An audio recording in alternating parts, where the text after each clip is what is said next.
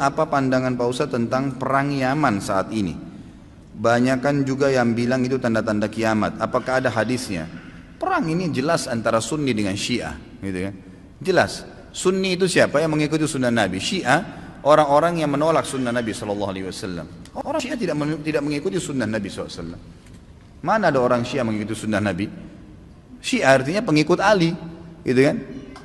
Saya sangat yakin secara pribadi, teman-teman kita semoga Allah berikan hidayah yang Syiah di Indonesia tidak faham Syiah itu apa.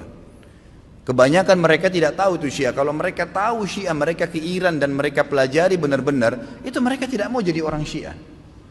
Saya punya teman-teman, waktu saya di Jakarta ini ada orang-orang asli dari sana. Ya, orang-orang Arab dari Irak dan dari Iran asli dari sana, dan mereka memang Syiah dasarnya, pernah duduk sama saya bersama-sama. Jadi mereka itu heran dengan Syiah di Indonesia. Bahasa mereka itu, ini Syiah di Indonesia, ini Syiah dari mana, dia bilang. Kalau yang kami tahunya memang Ali itu Nabi, bahasanya begitu sampai terang-terangan. Yang kami tahu itu Ali itu Nabi. Mereka berkeyakinan kalau Syiah yang sebenarnya itu adalah mereka berkeyakinan kalau guntur, kalau petir, kalau apa itu tuh cambuknya Ali, suaranya Ali lagi marah. Memang begitu. Dan hampir semua Syiah sepakat Al-Quran itu, kalau saya katakan semuanya sepakat, Quran kita ini kurang. Ya, dan mereka punya lafaz-lafaz ayat-ayat Al-Quran yang dimasukkan namanya Ali di situ. Yang tidak pernah ada dalam Al-Quran, tidak pernah turun. Allah mengatakan dalam Al-Quran, Inna nazzalna dzikra wa inna lahu lahafidhun. Kami turunkan Al-Quran dan kami akan menjaganya. Mereka tidak mengatakan tidak, ada 19 juz yang tersembunyi. Tapi kalau anda bergabung sama orang-orang Syiah dan mengatakan bahwasanya saya saya melihat Syiah itu begini, katanya Quran kurang, dia bilang tidak. Umumnya karena mereka masih menggunakan sistem taqiyah. Coba lihat apa yang terjadi pada saat Syiah sudah mulai berkuasa. Anda harus faham ya, orang-orang Syiah menganggap anda semua ini ahli sunnah kafir, dalahnya halal. Mau lihat buktinya? Apa yang mereka lakukan di Irak? Mereka menggantung Saddam, membunuh umat Islam ribuan di Irak. Semua yang berpaham Sunni dihancurin, dibunuh, dan bukan cuma dibunuh, masjidnya dirusak. Coba kita balik kasusnya. Adakah orang Sunni yang membakar masjidnya orang Syiah? Adakah orang Sunni yang memukul orang Syiah? Gak pernah. Kecuali kalau dia diserang ya, gak pernah. Tetangga di Madinah itu, saya tahu 7 tahun saya tinggal di Madinah, ada penduduk asli Madinah yang orang-orang Syiah, gak pernah digangguin tuh. Sama pemerintah Saudi dikasih warga negara, dikasih fasilitas, coba didakwai. Tapi kalau orang Syiah berbeda, kapan mereka berkuasa pastikan darah antum halal. Emang sudah begitu. Di Irak itu bukti. Di Syria itu 225.000 orang Sunni dibunuh karena mereka anggap itu ibadah. Ini bukan main-main ini, gitu kan? Bukan main-main. Dan mereka pada saat melihat di dua negara ini berhasil di Irak. Irak sekarang itu cuma kedoknya namanya Irak, tapi dia sudah bagian dari Iran. Ini sudah bagian dari Iran. Kemudian mereka berhasil lagi di Syria. Sampai sekarang Bashar belum berhasil dikalahkan oleh pasukan mujahidin di sana. Mereka masuk lagi ke Yaman. Yaman itu sudah mendekati, sudah masuk ke Jazirah Arab. Pada saat mereka masuk ke Yaman, mereka melakukan hal yang sama. Mereka sebarkan isu, subhanallah, di Indonesia hari-hari sekarang ini mereka lakukan hal yang sama. Apa yang mereka lakukan? Lemparin isu ke pemerintah Yaman waktu itu, kalau orang-orang yang berfaham Sunni ini teroris, fahamnya radikal, keras, dan seterusnya. Seperti itu. Lalu pemerintahnya buat apa? Bersama-sama dengan kelompok Syiah ini untuk menyerang ahli sunnah. Itu yang terjadi. Pemerintahnya nggak sadar, gitu kan? Pemerintahnya nggak sadar. Setelah orang-orang Sunni, dai-dainya banyak yang ditangkapi, gitu kan? Apa yang terjadi? Pasukannya orang-orang Syiah menguasai pemerintahan dan akhirnya menguasai pemerintahan itu. Itu yang terjadi. Bismillahirrahmanirrahim. Assalamualaikum warahmatullahi wabarakatuh. Kali ini saya ingin memberikan penjelasan yang singkat terkait satu pertanyaan yang barangkali sering disalahpahami oleh sebagian dari saudara-saudara kita yang beraliran Salafi Wahabi. Jadi saya cukup sering menyimak tuduhan baik kepada diri saya sendiri maupun kepada orang lain terkait orang-orang yang berbeda pendapat dengan mereka dengan tuduhan Syiah.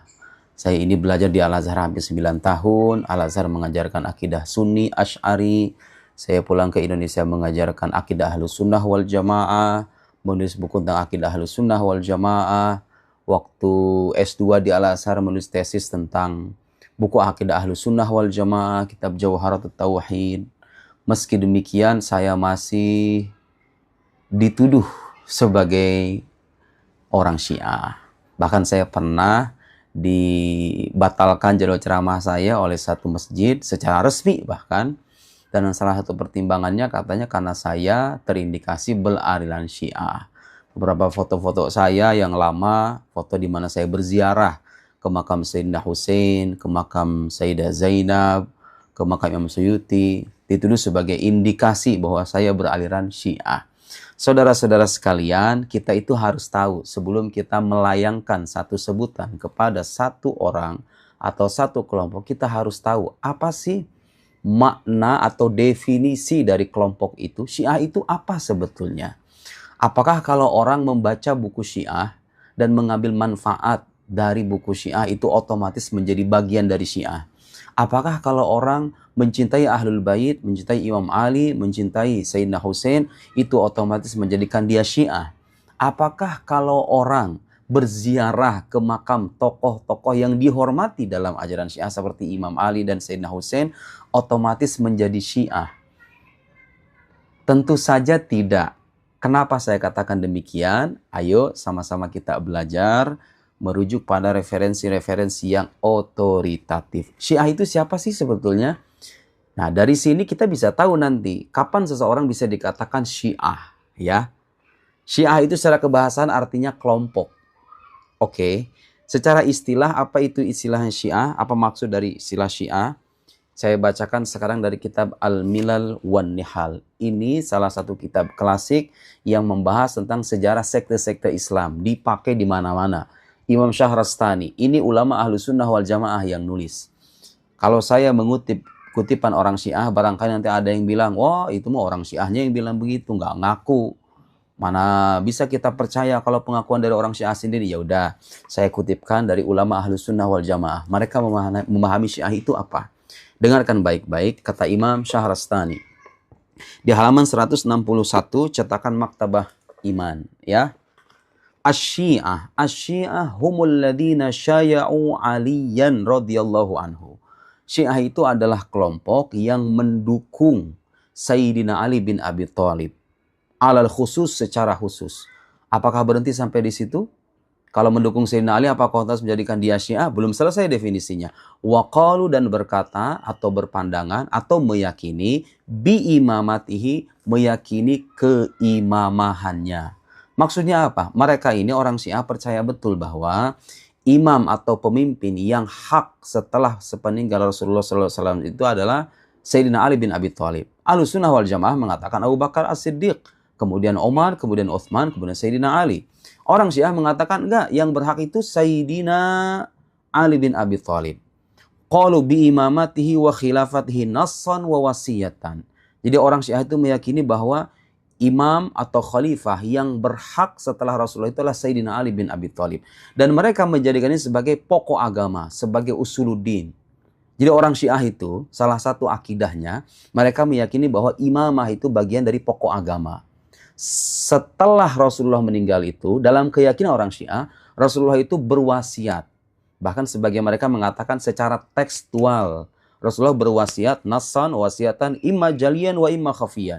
Baik secara tegas maupun secara samar-samar. Yang jelas, dalam keyakinan orang Syiah, pemimpin yang hak, itu adalah Ali bin Abi Thalib. Bukan Abu Bakar, bukan Umar, dan lain-lain. Wa ataqadu annal imama la takhruj min auladihi. Dan mereka juga meyakini bahwa kepemimpinan itu tidak keluar dari anak cucu keturunannya Sayyidina Ali bin Abi Thalib.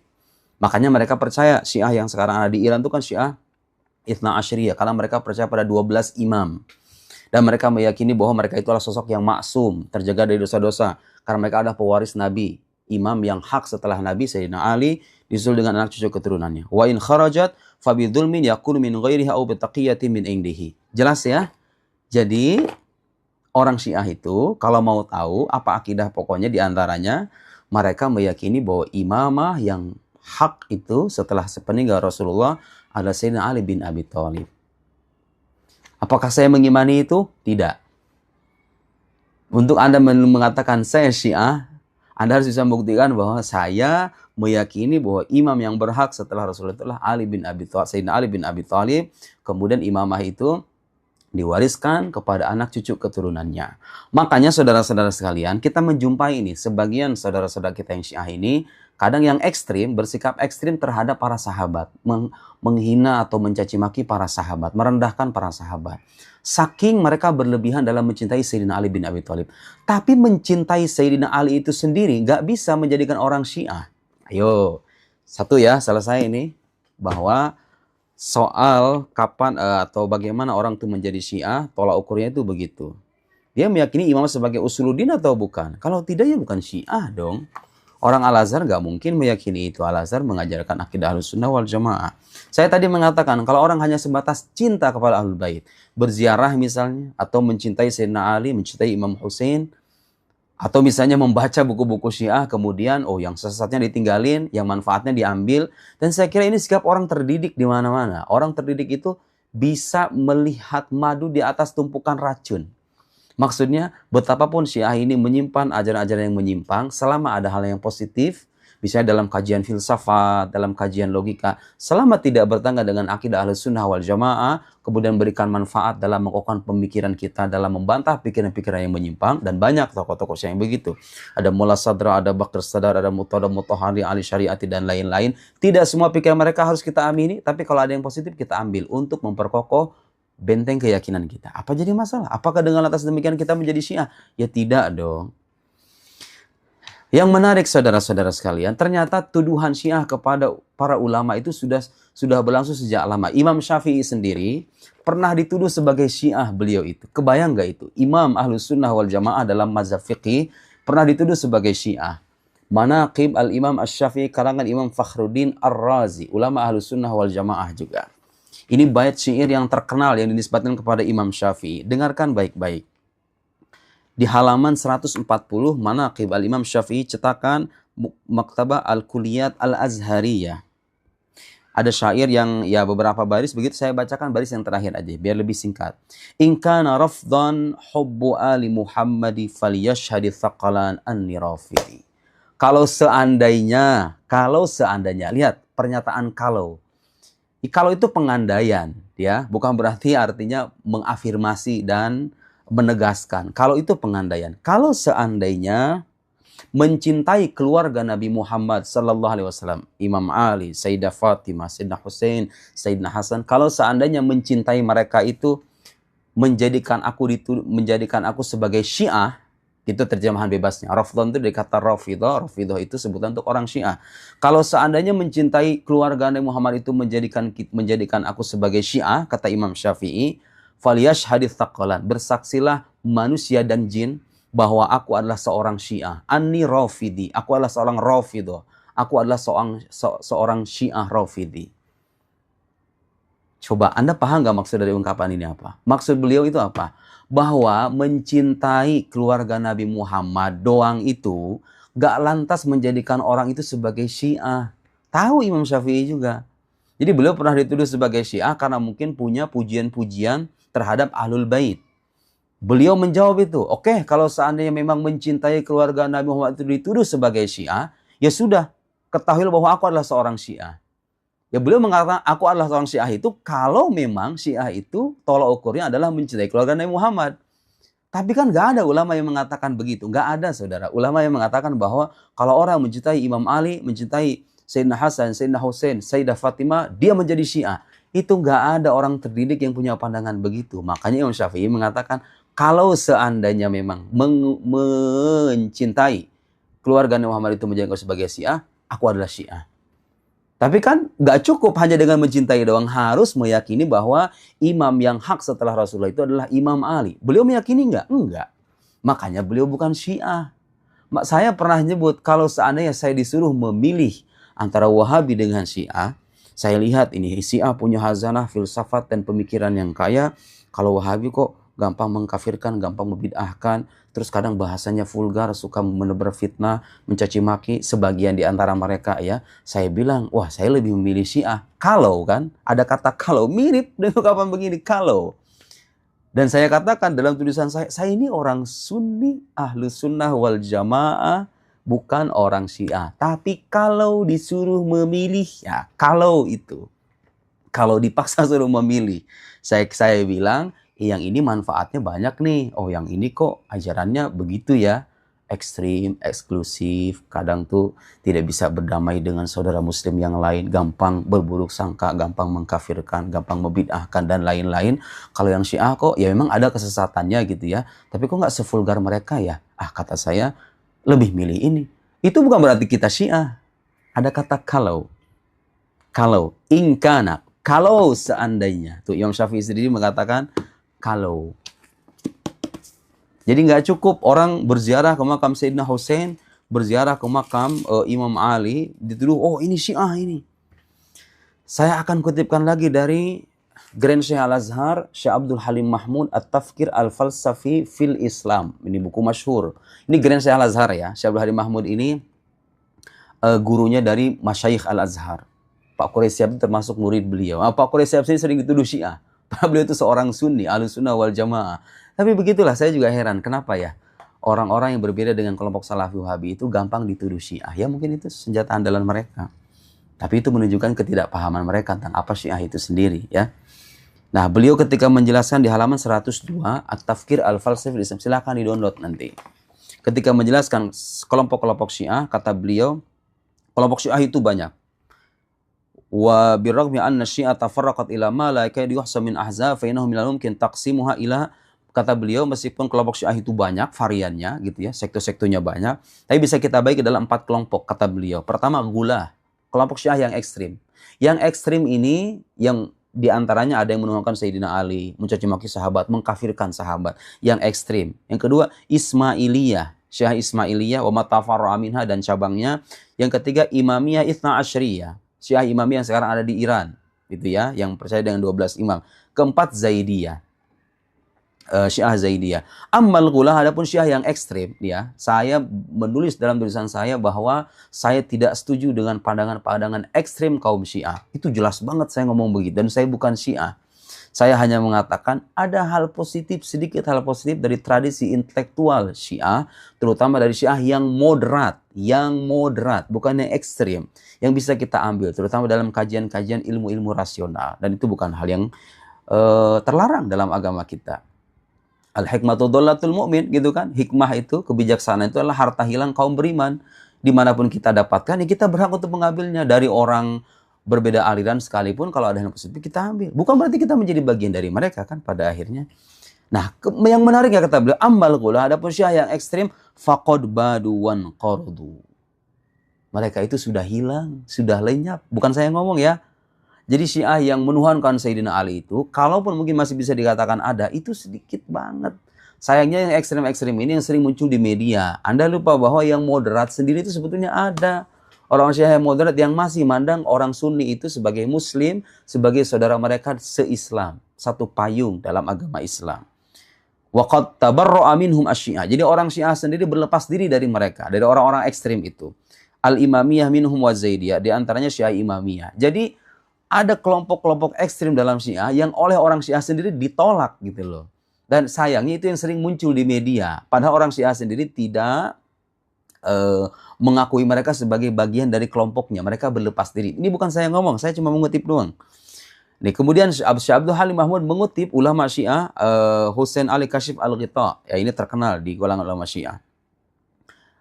Nah, kemudian di sini disebutkan fahal muraduhu ma yusamunu ghulatu Syiah kal khitabiyah wal gharabiyah wal alawiyah wal mukhammisa wal bazik wa asbahu min al firaq al halik al mukhaladat al sabatha ila Syiah min adh-dhulm wal fahish wa ma hiya illa min al malahidah kal qaramituh. Jadi Syiah qaramituh disebut oleh Kashif Al-Ghita, Husain Al-Kashif Al-Ghita, sebagai malahidah, sebagai orang-orang kafir gitulah kira-kira. Jadi orang Syiah sendiri mengkafirkan kelompok-kelompok ekstrim yang menuhankan Sayyidina Ali itu. Wa nadhairuhum amma Syiah al-Imamiyah, adapun Syiah Imamiyah wa immatuhum, dan para imamnya, fayabru'un min tilkal firaq. Mereka itu terbebas, berlepas diri dari kelompok-kelompok itu. Bara'atat tahrim. Lihat. Kemudian ya yang menarik, ini menguatkan apa yang dikatakan Imam Syahrastani tadi, bahwa yang menjadi karakter utama orang-orang Syiah itu apa? Kata Syekh Abdul Hadi Mahmud, wal imamiyah, dan Syiah imamiyah yang sekarang ada di Iran itu, mujmi'un ala anna an-nabiyya nassa ala istikhlafi Ali bin Abi Thalib bismihi. Syiah imamiyah semuanya bersepakat bahwa Nabi Shallallahu Alaihi Wasallam itu menuliskan secara tegas dan jelas bahwa khalifah yang berhak setelah beliau itu adalah Sayyidina Ali bin Abi Thalib. Kita Ahlus Sunnah gak meyakini itu. Ahlus Sunnah itu gak meyakini imamah sebagai bagian dari usuluddin, bagian dari pokok agama. Itu cabang agama. Kalau Anda gak percaya juga gak jadi masalah. Itu Ahlus Sunnah, saya dan kita semua orang Sunni. Wa adhara dzalika wa alana, dan mengumumkan kepada sahabat yang lain. Wa anna aktsara sahabat dhallu bitarkihim, dan sebagian besar sahabat, kata orang Syiah nih, kata orang Syiah itu sudah sesat bitarkihim al-iqtida bihi ba'da wafatin Nabi, karena sudah meninggalkan wasiat Nabi, tidak mendengarkan wasiat Nabi. Wa annal imamah la takun illa binassin, dan imamah itu tidak terkukuhkan kecuali dengan adanya nas. Kecuali dengan adanya nas. Walhasil, saya ingin bilang kepada saudara-saudara semuanya, jangan gampang menuduh orang lain Syiah. Ada ulama, ustadz, atau siapapun. Kalau dia hanya sebatas membaca buku orang-orang Syiah, kemudian dia menolak akidah orang Syiah, tapi mengambil manfaat dari buku-buku mereka.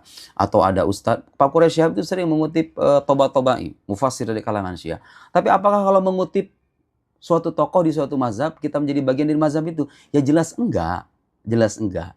Harus dibuktikan bahwa akidah yang dianut oleh yang bersangkutan sama dengan akidah Syiah. Percaya dengan imamah, percaya dengan kemaksuman para imam, para imam, dan lain-lain. Itu akidah pokok. Dan percaya imam sebagai usuluddin. Kalau orang nggak percaya ini, maka dia bukan Syiah. Mencintai Ahlul Bait tidak menjadikan orang Syiah. Mencintai Imam Ali tidak menjadikan orang sebagai Syiah. Dan yang menarik dalam ajaran Ahlus Sunnah wal Jamaah, Syiah, Salafiyah, Wahabiyah, Khawarij, dan lain-lain, itu tidak kita kafirkan. Karena ajaran mengkafirkan, gampang mengkafirkan, itu bukan bagian dari ajaran Ahlus Sunnah wal Jamaah. Yang suka mengkafir-kafirkan dan gampang menyesatkan, ini kira-kira dari aliran mana? Semoga bermanfaat ya. Wassalamualaikum warahmatullahi wabarakatuh.